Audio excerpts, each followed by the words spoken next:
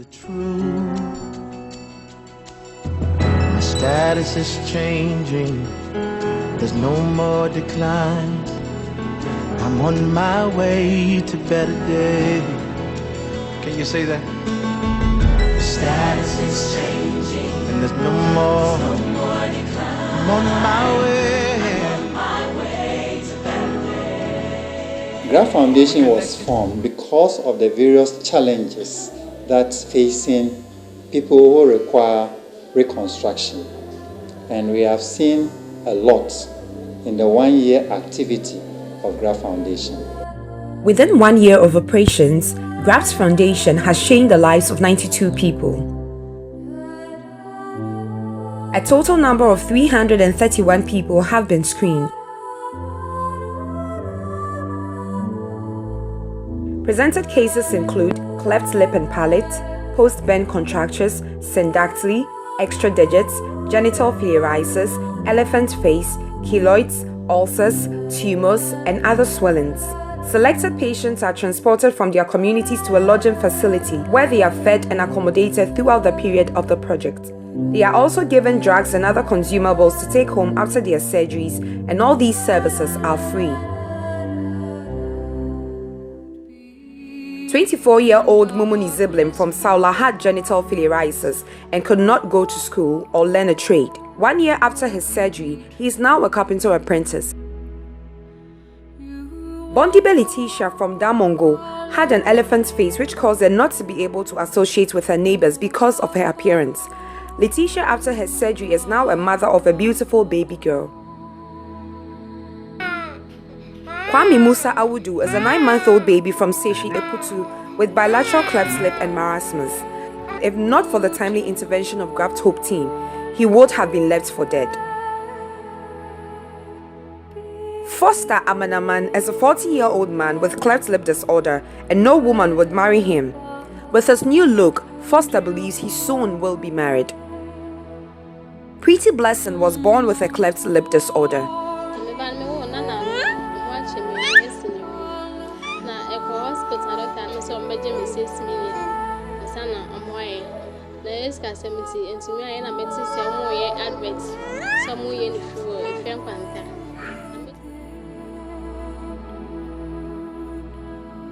Paul Anu is a 24-year-old man and has no education because of stigmatization. His parents hid him from public eye to avoid ridicule. Kofi Amoa is 8 years old and has extra digits on both hands and feet.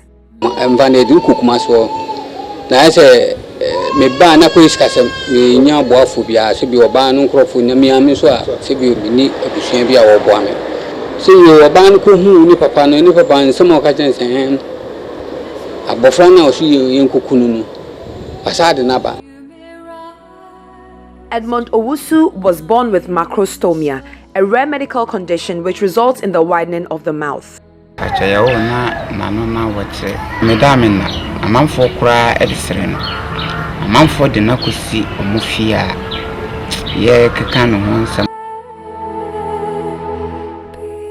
Lazarus Akunde is a farmer and civil servant who hails from Bolgatanga. He suffered a contracture as a result of burns as a child. Actually, in the society, when you are deformed, people demean you. Sometimes I feel embarrassed when I'm in the midst of people. For management of burns, the first mode of management should be the preventive measures. And I think domestically, as parents, we should all be very careful about looking after our kids and making sure that they don't come close to fire or anything of any hot nature. That's the first measure that I will advise upon. Our medical team and volunteers work 16 hours a day during projects to achieve results. I have a first experience with the GRAFT Foundation when we traveled to Tamale to work there. I was surprised by the number of patients needing help to give them some relief, some normalcy in their life. I was overwhelmed by the number of patients that we saw, and even for me as a medical person, it was, I was so surprised, so shocked that so many people were living with so many deformities that was making life impossible for them.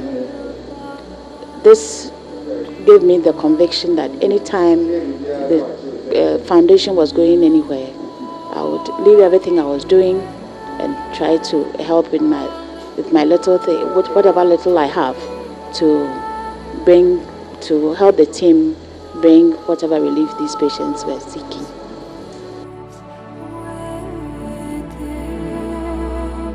First of all, I'm very impressed with what you're doing, GRAFT Foundation is doing.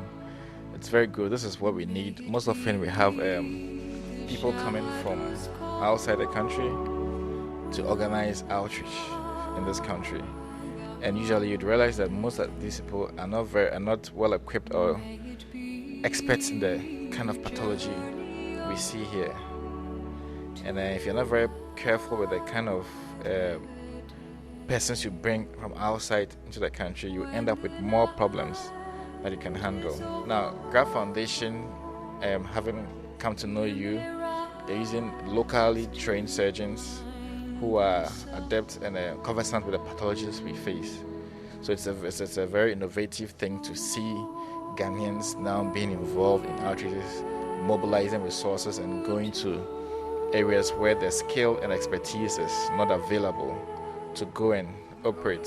I think it's a very good thing, and this must be encouraged in all areas. I mean, with all the powers that be and now have the means of support, it's important to start supporting the local surgeons to go on with this endeavor. Our medical team and volunteers work 16 hours a day doing projects to achieve results.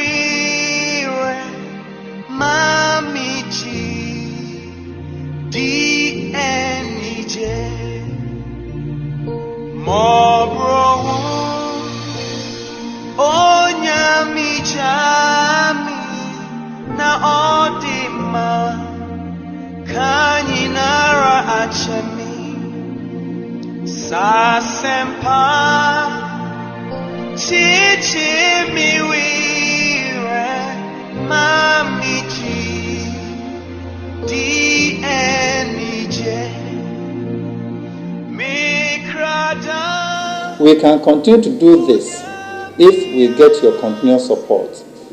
We request that the media will continue to show or broadcast our documentaries to inform the public that there is hope to those who deserve or desire our service.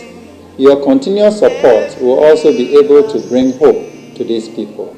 We have challenges with vehicles. Now we have to move the team also from their hotel to the hospital and back.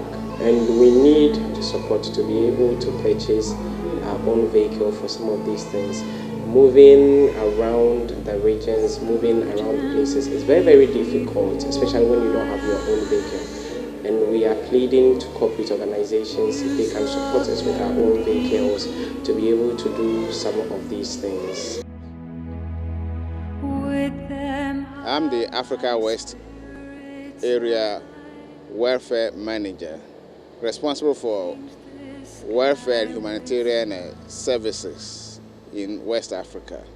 We first saw GRAFT Foundation when they approached us for an assistance. When we sat down with them and reviewed their objectives, we saw the objectives met our main core objective of relieving suffering. And so together we partnered for the first phase of their project. At the end of the first phase, we did evaluation and we realized that the objective was met. And so when they approached us for the second phase, we willingly supported that phase also, and the outcome we felt was quite good.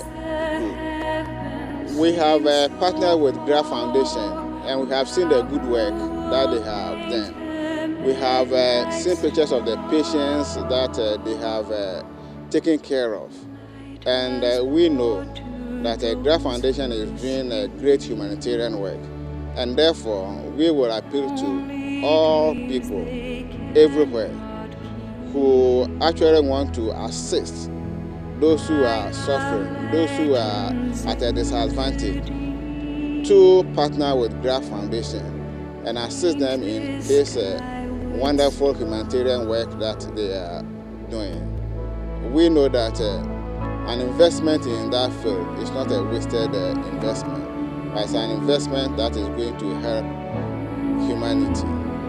Lives have been changed. Hope has been restored. To our sponsors, supporters, and volunteers, we say thank you and God richly bless you for your commitment and dedication to put smiles back on the faces of our patients and their families. GRAFT Foundation, bringing hope to the hopeless.